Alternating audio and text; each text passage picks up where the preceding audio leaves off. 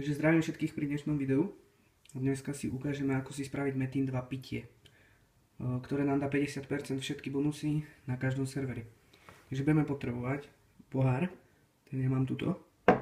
Budeme potrebovať vodu, ktorú máme radi. Jasne, tuto sprajtík, pritom to dobre padá. A malbu, ktorú si sami nakreslíte.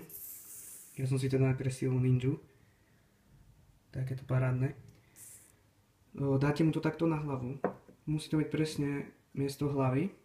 Nakreslite si tam aj Metin ako symbol dropu. A nalejete vlastne vodu. Tak do plná, nemusíme šetriť. No. A vlastne máte nápoj, s ktorým sa vám bude dariť pri dropovaní. Vyskúšajte, dajte mi vedieť do komentárov, nechajte like, dajte sub. Určite budem robiť ďalšie návody.